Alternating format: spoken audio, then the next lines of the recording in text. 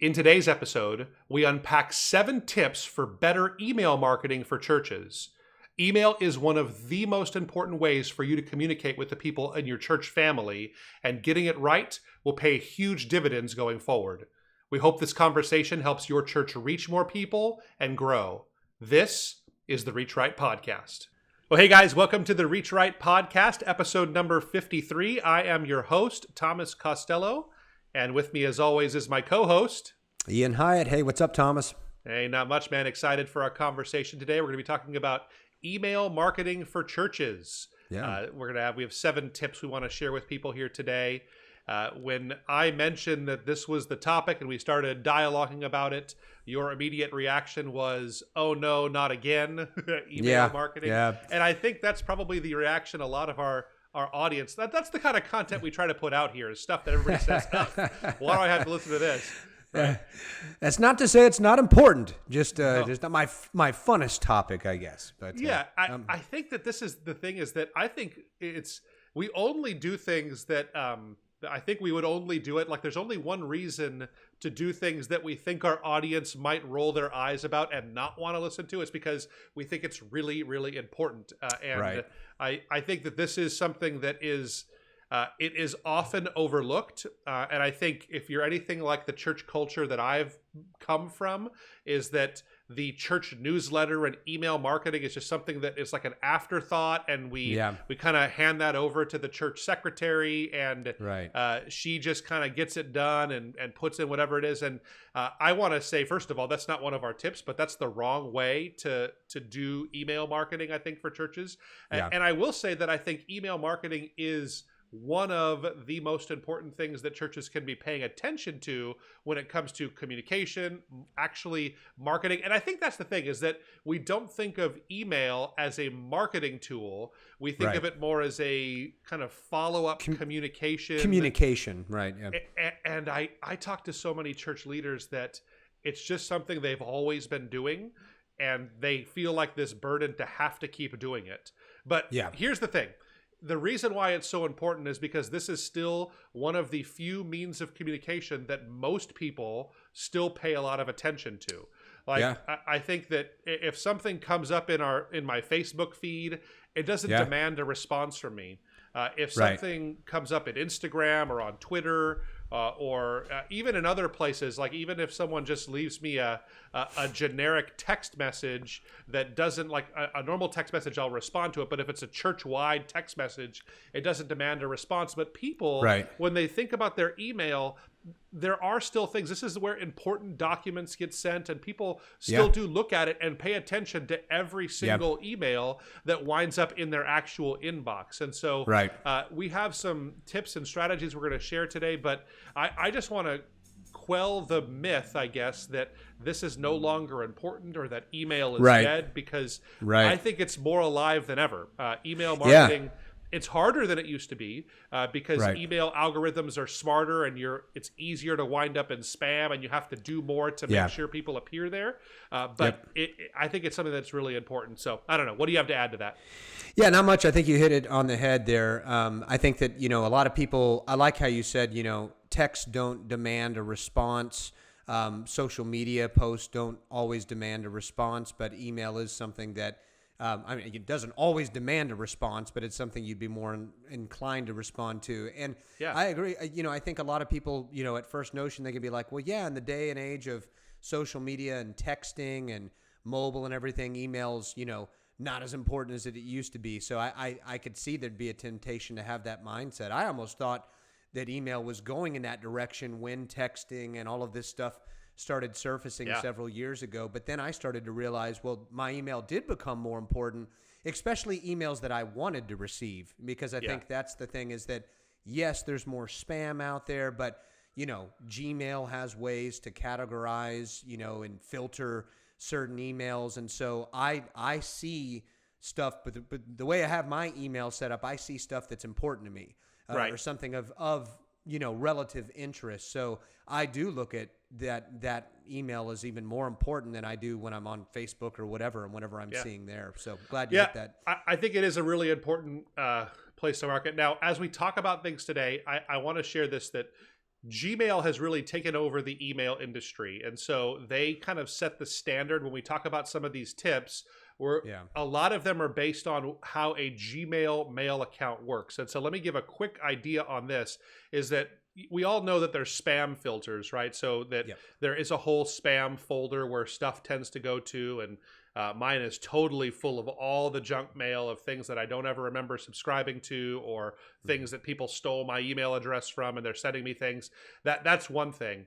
In Gmail, there's a couple of other default categories, and you've probably seen this too, Ian. On your, do you use Gmail for your personal email address? I do. Yeah, you do. Okay, so so with personal, like it has like a personal, have like a promotions folder, and then there's also like a social folder, and you can add other folders for like forums and those kinds of things. Updates. And so right, exactly. So one of the goals we try to do with email marketing is to get right into the main primary inbox and skip that social folder, or especially the promotions folder. So if Gmail starts to determine that most of your emails are promotional in nature, you know, the way that you that thing you went on to their website and subscribed for a discount 5 years ago for a t-shirt store or something like that, if you wind up in that same place, you will be missed much more often. So you won't be seen that way. So it really is one of our goals to get out of the spam filter, but then also avoid all of those other folders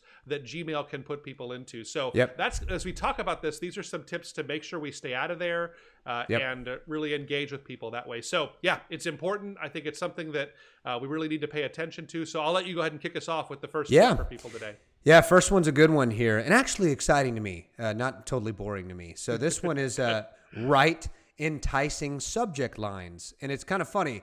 When I was initially looking at this one, I thought back to your days, my days, your days, and ours together when we started at the first website company that we used to work for. Back in that time, and this was over 10 years ago, you can get away with just putting like your company name in the subject line and say like following up or something. Right. So you put the name of the company and following up. And people would still open the emails, and I remember that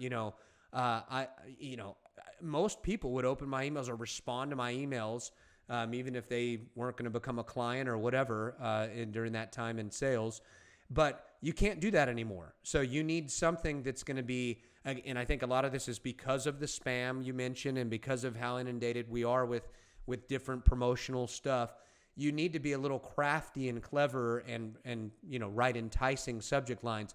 I actually saw one the other day I was joking with you about that got my attention and caused me to actually read further, even though I wasn't necessarily interested in what this company was offering. They said in the subject line, "Ian, I made a horrible mistake." So that actually, I was like, okay, what's this about? So that got my attention. I actually opened it and read further. So that came to mind with that. So and that's the win. So the first kind of win condition on any email marketing strategy is getting people to open your email. So by and large, you have to realize that most people will not open emails that you send. The majority of most emails do not get opened. So I think a good open rate is usually kind of in the 30s, or maybe a third of the emails you send, they actually get opened. So the only factor in that, if you're not winding up in people's spam folder, is how engaging of a subject line have you written? That's the big question, is how engaging is that subject line? If it's not engaging, it'll be low. If you can inspire someone to click on it, then it'll be low. If you can really get a lot of traction, like the one you just mentioned there, then a lot more will open that email. So, but your message will actually never be read if they don't open your email. And so to do that, you need to have an enticing subject line. So we've gleaned a couple of things. I've found that questions are really good. So asking provocative questions that would be in line with what people are expecting from your organization. So for a church, maybe it's some kind of a personal question or a theological question or something like that you're going to try to answer in the body of the email. If you use words that are really engaging and enticing, so There's all kinds of tools out there too to help you with subject lines. We could put some in the description of this episode here. We'll have some links to some of the email subject line generators where you put in a topic, it'll tell you a great subject line to go with it. But finding excitement, action kind of words. So if you're going to write like 7 email marketing mistakes, it might get more clicks if you call it 7 excruciating email marketing mistakes that you want to avoid. So when you use action words like that, it gets great results. And then I've shared this oldest trick in the book for us now, and it's so contrary to my personality, but use emojis. Emojis get clicks. I can't explain it. I don't know if it's true for me and my own habits or not, but we have A/B tested these over and over again. We'll talk more about that in a bit. We've tested this kind of stuff, and subject lines with emojis get better results. So for what it's worth, that's something that's really important. But in writing these kinds of subject lines will get you better results. It'll get your emails open more. So that's really tip number 1. Good. Yeah, that's good. Why don't you tackle the next one? Yep. Number 2, email marketing tip is to build a visitor sequence. Build a visitor sequence. So this is a sequence of emails that gets sent all by itself when you first get someone's email address after they visited or they told you they were going to visit your church. Maybe you got it online and they put it into a form. I know one of the forms we see on websites, and we put on a lot of websites right now, is a plan your visit form where people will put in their email address, and you can start this before they visited. But you need to build a sequence of probably between 4 and 7 emails that go out all by themselves after someone's come for the first time or told you they were going to come for the first time, that helps someone kind of take that next step and become more engaged with your church. So it's going to be a thank you email that goes out. It's going to be a, hey, here's something for you to check out kind of an email. Here's an upcoming event kind of an email. Here's our next membership class email. And the key is that these are going to go out over a predefined period of time, and they are going to help basically nurture somebody, helping to nurture them to become a fully committed part of your church. So they introduce them to kind of your assimilation process, and it helps them make that step there. So usually these are going to be something like, if we do 5, let's say, for instance, you're going to have one that goes out the same day that they showed up. You're going to have one that goes out the next day after they showed up. You're going to have one that goes out later in that week, so maybe like Thursday. You're going to have one that goes out on Saturday that says, hey, I hope you can come back tomorrow. You're going to have one that goes out the following week, and it's going to be a sequence that just moves in that direction there. So these are really effective, and it's something to help build the intimacy and the connection that you have with someone that's come to your church for the first time. So what say you about those? Well, I like that you said build the intimacy and connection, because I think some pastors, maybe that at first notion, they would say, well, I don't want to be pushy and just send someone a ton of emails and scare them off after they visited for the first time. But we've seen this over the last several years. There's plenty of studies that show that, yes, don't be pushy with your emails and the content in there.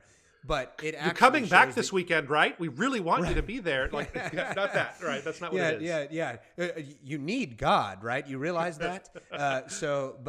No, I think that the thing is that people appreciate them, and actually, it's a lot better. I would prefer these. I don't know about you, over someone showing up at my door maybe 1 or 2 days after I visited with a basket of cookies. That'd be kind of, not to say that there's still not a place for showing up at someone's house right after they came to your church. But I think overall, the email puts someone in control. They get to respond their own way. We don't see, as far as the data we've seen and studies on it, for these to come off as pushy. Matter of fact, they're the opposite. They show that you care and you actually want this person to show back up. And like you touched on several different ideas for these emails. They're all focused on helping that person plug into your church, which is why they showed up to begin with. So don't be ashamed of this. They gave you their email address. They're expecting you to email them. Like nobody. I mean, that's why they gave it to you. They may not have wanted to. That may be something that you required or asked them to do, and they may have been hesitant about it. But you know what? it's easy to unsubscribe and it's easy to get off a list. It should be, at least. We'll talk about that more a little bit later. So I think that it's something that it doesn't have to be off-putting to people. People expect it, and it really is a huge opportunity for you to help people assimilate. And that's really our assignment, right? Is to disciple people and to lead them closer to Jesus. And this is a great tool to do it.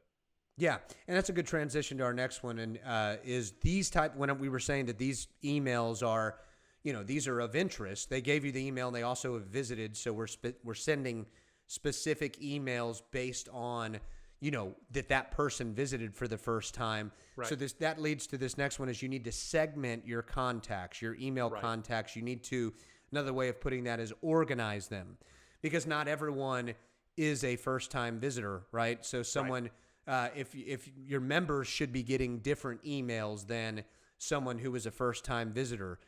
Someone who's actually, joined a small or visited a small group or something, they should be getting different emails, or, maybe it's an event-based thing. There's just different, we all have people in different places in the life of church life, if we put it that way, that should be getting different kinds of emails. Yeah, that's right.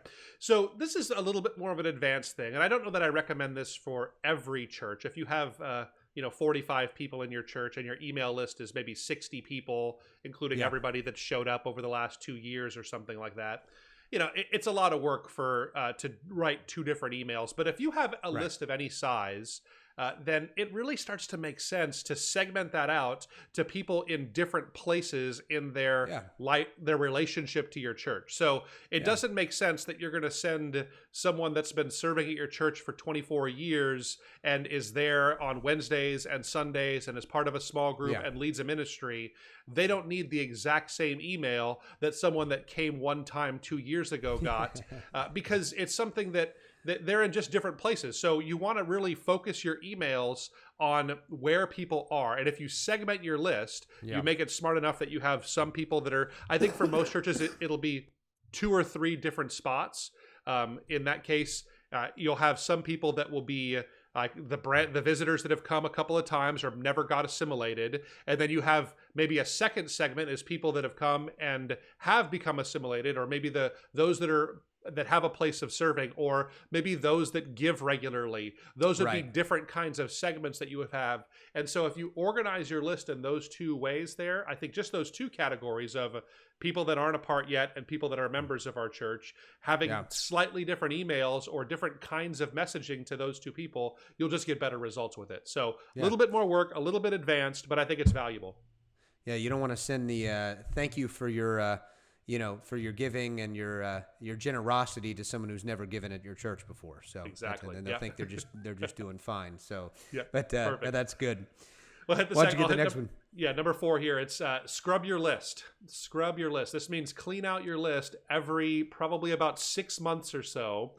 Take a look at your list, and you need to scrub it of people that aren't opening your emails. And there's a few reasons for this. And this is really hard for me. I just did a scrub of our Reach Right email list, and we had to delete like 2,000 people from our email list. And that hurts. It's like, that kind of stings. That's 2,000 people that gave us their information, and I had to scrub them off our list. I do that every 6 months, like I said. And it stings, but it's something that you have to do. And what we do is we run a search of all of our emails, and we say, hey, show us anybody that hasn't opened our email in 6 months. So we send a weekly email at least. So that means we've sent them a minimum of 26 emails over the last 6 months. So they've opened 0 of them. So that means our chances of them ever opening an email are pretty slim. They're probably not going to be opening our content. And it's just something, I don't know, maybe they changed their email address. Maybe we've wound up in their spam folder and they're not seeing it. I don't know the reason why, but it's probably not valuable to them. And I have to just kind of be okay with that. We try to make valuable content. We have thousands and thousands of other people that are on our list that do open our emails regularly and they like it. And so I don't take it personally. But here's why you do this, is that Gmail specifically, and all the email providers out there now, they have become very sophisticated in how they filter what goes into spam, what goes into promotions, what goes into these different categories, and what goes straight into the inbox. And one of the key metrics that they use is they look at which emails are getting opened by most people. For instance, if we're sending out a list to, let's say, 15,000 people, right? So we have a big fat, you're a church, let's use a smaller, let's say you're a church that has 1,000 member or 1,000 people on your mailing list. And that's pretty normal. Usually a mailing list, I'd say on average, is about 3 times your normal attendance. That's kind of what I've heard to be a good number to work with. So let's say you have a church of 300, you're sending out 1,000 emails every week or something like that. Half of your emails are probably going to Gmail accounts. And so Gmail's able to look at this and say, hey, I've seen that 500 every week come to our accounts, and most of them are just not getting opened. So they're probably more than likely spam. So let's try to put these into the spam folder. In a nutshell, that's how the algorithm works. So the fewer emails that don't get opened that you can send out, the more likely future emails will wind up going into people's direct inbox and skipping their promotion and their spam. So if I'm sending out 2,000 emails in our case that are not getting opened by anybody 26 times in a row, if I can get rid of those, that really ups my open percentage. And then Gmail and all the other providers start to say, well, these guys are sending better and better emails lately. Let's start to put them more right into the inbox and make sure people see this kind of content. So it's an important habit to build. If someone never opens your email, you need to scrub your list. Now, I'll tell you, most churches don't do this. I talk to very few that are intentional about getting rid of people from their list, but it is a really good habit to be in, and it will long term, although it doesn't feel good with your vanity metrics and feel like, oh yeah, we have 4,000 people on our church mailing list. This makes me feel so good. Well, the real question is how many people are opening and reading and clicking on your emails? The number you're sending it out to, that's just a total vanity thing. So what do you have to add to that, Ian? Not much. I think you covered a lot of that, and that was all really good stuff. I think that, especially Gmail's process with that and the metrics and everything that they look at there. But I think that, also think about it this way too. Another good way to justify doing this is you don't want to, if someone's not interested in what your content is and what you're offering, well, you don't want to bother them with it anyway. It's kind of like that person that shows up on your door and you're not interested in what they have to sell, right? So, so I think that that's a good way to, kind of justify doing it too. But so that's good. The more you show your content to people that don't care about it, the less people that do care about it will actually be able to see it. So that's a good way to look at it. So good. Perfect. I'll go after the next one here, which we always love to talk about this one. Every episode. Every episode include one call to action. But however, in this episode, we're focusing on the word one. One call to action. So we've talked about you never want to have too many calls to action with anything that you do, but there are some times where you can have more than one. When it comes to email marketing, one is the key. You and I were talking about how many studies have been done on this, and it makes sense actually with email to me too, Thomas, when I'm reading something. If I have more than one option, more than one call to action to take the whatever next step it is, I'm less likely to do it. People are, I always talk about this with calls to action. People are always impatient, no matter what. Even if they're sitting in front of their computer and they're not on the go with their phone, even if they're in their office and they're spending more time on a desktop or a laptop, they're still impatient. And they're still, you better have something of interest in a quick manner and then call them to action quickly. So I think when it comes to email and someone's reading your content that hopefully is of interest to them, give them one option and one thing to do rather than several. Yeah, I think that's really important. I think that there's two things that I see churches do. They either have no call to action, or sometimes they have too many calls to action. So I'll tackle both of them. So having none, if you don't have something you want someone to do as a result of getting that email, you probably don't have an email worth sending, right? You don't need to send it as an email. Sometimes churches do this with like their bulletins. They basically do an email version or like their weekly newsletter, and it's in their mind it's just to communicate, to tell people the information they need to know. But if you don't have something that you want someone to do as a result of having that information, it probably doesn't even affect their lives anyway. So if you're doing emails like that, that are event-based, or you're talking about what's coming up in our calendar or what our current sermon series is, whatever that content is, give them a place to respond. Sign up for an event, get involved with serving at it, volunteer, find a place to be on the team, those kinds of things. Yeah. So give a call to action. The other idea is if you send out that newsletter and you have 7 events you want to talk about and you have 7 different calls to action, that's not a good way to do it. You need to probably think through your email strategy a little bit more and have one primary reason for sending the email, not 7 events that you're sending it about, but have one primary reason, which would have one call to action. There's all kinds of research on this. If you give people lots of ways to respond instead of just one way to respond, you'll get less results if they have lots of different ways. And sometimes we think the opposite, like, well, I want something for more someone options, if someone's comfortable with a phone number, I want them to call. And if they're comfortable with an email address, then I want them to email. And if they want to fill out a form, then I want them to do that, or text, or whatever it is. Just give them one. Just choose one. Say, the way that you get started on this is by sending us a text at this number, or responding to this email with the word whatever it would be, or clicking here. I would say that every email you send should have a link, because that is something that, again, the algorithms measure how many times a link is clicked on to assess how valuable an email is. So every single email, plan on having at least one link. The one exception I say to this one call to action rule is we like to use, and we've seen results with a postscript. So we've used a strategy where we use really simple, like 100-word email that just is some copy with really enticing text, and it links them to the one article or post or thing that we want them to click on. And then at the end, we'll have a signature and then another PS that says some other post or some other call to action that they can go on, like in a postscript there. So we've seen that to work, but in general, one call to action. That's what we're going for. Yep, it's good stuff. Awesome.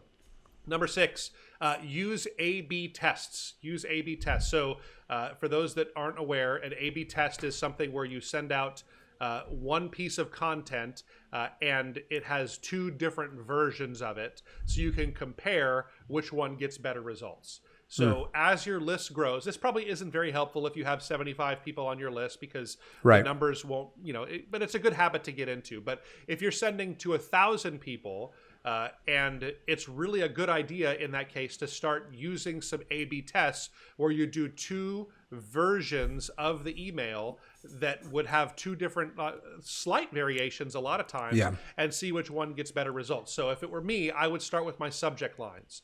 On a subject line, try 2 different versions of it and see which one gets you better results. So here, for instance, next time you send out an email with a subject line, try half of them with an emoji or a couple of emojis and half of them with no emojis, and do your own little test. And so if you send out 1,000 emails and 500 have emojis and 500 don't, and you find that 50% of the emoji ones get clicked on, but only 25% of the ones without emojis get clicked on, then you're going to learn a lesson when you do that, and you're going to start to know that, well, we get more opens when we use emojis. So going forward, let's use emojis more often. And then try it with something else. Try it with a question on the subject line versus a how-to statement on there, and see which one gets better results. And every single time, the idea behind this is every time you send an email, you want to learn something. You want to learn something about your audience, about how you can get better results. And that's how you can go from 20% open rates to 50% open rates. It's by making these little micro changes that play a big part over time. And here's why that matters. If you're sending out to 1,000-person list, let's say an average 300-member church has a 1,000-person list. If you get twice as many opens on an email, that means you'll probably get twice as many clicks on that email, which means twice as many responses and twice as many people taking steps. So if you could double the number of people that are getting assimilated to your church, what kind of an impact would that make? That's huge, right? So huge opportunity here. Well, and I think it's a worthwhile effort, because I think, and you were just touching on this, I mean, imagine if, every pastor they want not only more members and visitors, they want, at the end of the day, they want to lead them to Christ. Right. And they want to see someone's life changed. And so imagine if this is a worthwhile effort, if you see that you get 20 more baptisms in your first quarter by testing this out. I mean, how huge is that? And what kind of win would that be for your church? A huge win for any church. Yeah. So it's a worthwhile huge effort, and this can lead to things. We're all trying to grow our churches, and coming out of this pandemic, that focus on growing is heightened right now too, or getting back to where we were and getting even better than where we were.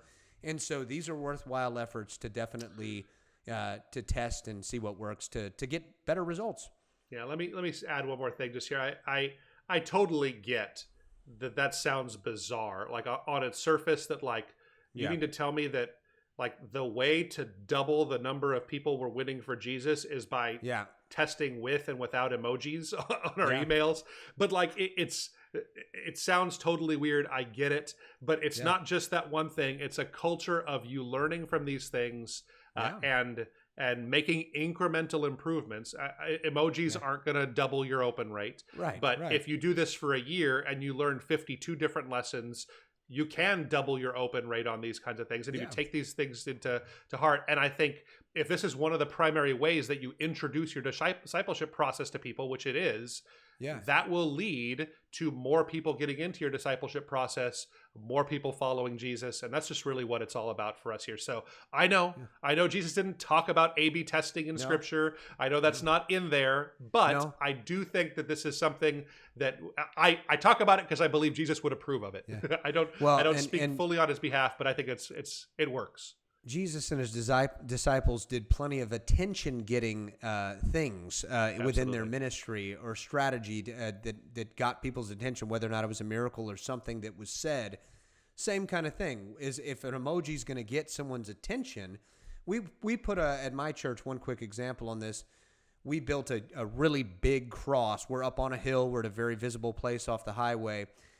You know, a lot of churches have crosses, right? So nothing special. We built a big visible cross, and I can't tell you how many people we've had come that just say, we saw the cross from the street we were driving to on the way to the grocery store, and we said, oh, there's a church over there. We need to go. We've been looking for a church.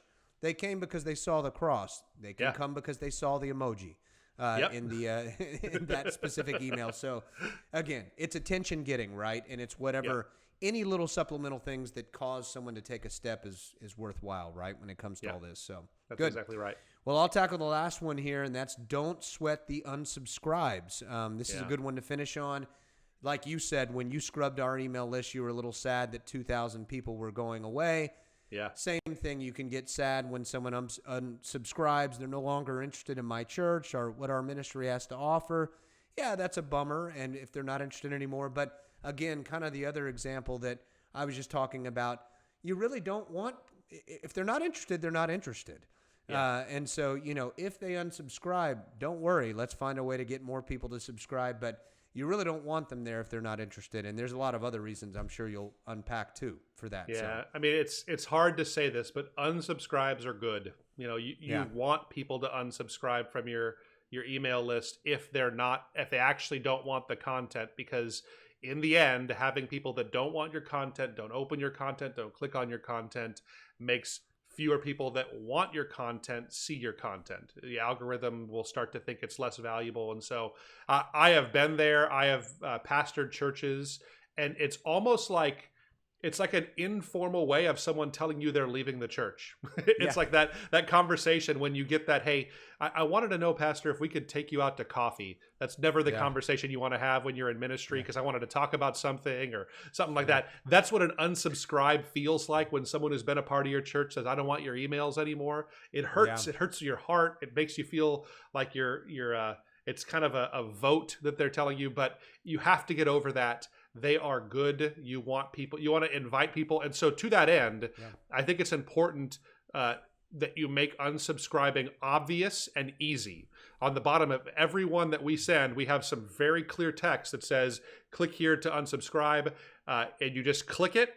And then it automatically unsubscribes. It doesn't make you log in or put in your email address again or something like that. And frankly, those are really bad systems. If it's something where you click unsubscribe and then it makes you log in to unsubscribe or to enter your email address, I'll tell you what I do is I don't have time to figure out what my login information was on that site, try to reset my password so that I could unsubscribe for your email list. So what I do is I flag it as spam, because if I can't easily unsubscribe, I just get rid of it that way. So you want to make it obvious and easy, and just know that if someone's clicking on that button, it's just not meant to be. It's something that it wasn't, they're just not that into you. That's what it comes down to, and that's okay. So yeah, I think it's a good thing in the end.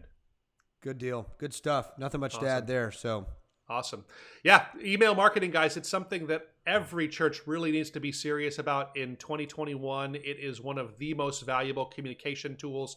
Make it more than just something that's an afterthought that the secretary does every week because we've been doing it that way for 15 years. Make it something that is actually part of your culture and a primary way of communicating, because it is one of the main ways that people will still receive content from you. So we hope this conversation has been helpful for you. If it has been, or even if it hasn't, give us a review. Tell us, a 5-star review means a lot to us. Tell us what you like about the show, but rate, review, subscribe, do all those things. It does mean the world to us.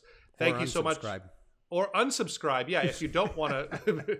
It's true. The same thing for email marketing. The algorithm works the same way for podcasts. So if you hate this and you don't ever want to watch it or listen to it, please do unsubscribe from this. Thank you for being part of our Reach Right family, though, guys. It means a lot to us. And we hope to catch you next week. God bless.